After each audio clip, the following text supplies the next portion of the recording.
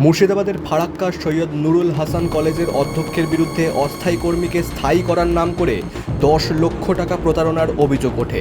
ভুক্তভোগী অস্থায়ী কর্মী ফিরোজ শেখের অভিযোগ, চাকরির স্থায়ীকরণের প্রতিশ্রুতি দিয়ে তার কাছ থেকে ওই টাকা নেওয়া হয়। একই অভিযোগে অন্য এক কর্মীর 7 লক্ষ টাকা আত্মসাতের দাবিও উঠেছে। অভিযোগের ভিত্তিতে ফারাক্কা থানায় লিখিত অভিযোগ দায়ের করা হয়। তবে সমস্ত অভিযোগ ভিত্তিহীন ও কাল্পনিক বলে উড়িয়ে দিয়েছেন অধ্যক্ষ ডক্টর ক্যাপ্টেন শিবাশিস ব্যানার্জি। তিনি এটিকে অবসরের মুখে সম্মানহানির চক্রান্ত বলে দাবি করেছেন। এদিকে কলেজের শৃঙ্খলা ভঙ্গের অভিযোগে এক কর্মীকে সাময়িক বরখাস্ত করা হয়েছে কর্তৃপক্ষের তরফ থেকে।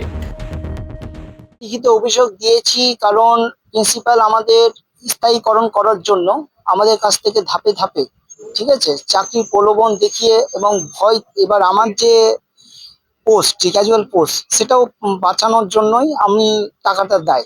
আমরা স্টার্টিং করি 2015 সালে, ঠিক আছে। প্রিন্সিপাল সঙ্গে এক আমি মামার থ্রুতেই পরিচিত, ওনার সঙ্গে পরিচিত হয়। তারপরে আমার কাছ থেকে আমাকে বলে যে বাবু চাকরি বাকরি কর, আমার হাতে আছে, আমরা করে দিতে পারবো, বিশ্বাস করি এ গ্রেড অফিসার। তো আমি টাকা দিতে শুরু করি 2015 সাল থেকে। সেখানে দিতে দিতে আমাকে 2020 সালে উনি পেপার্স দেন অস্থায়ী কর্মচারীর। তারপরে আবার স্থায়ী 5 লক্ষ টাকা। তারপরে আবার সব পোস্টগুলো আসার জন্য আবার আমাদের কাছ থেকে ধাপে ধাপে আমার কাছ থেকে 5 লক্ষ টাকা নেয়।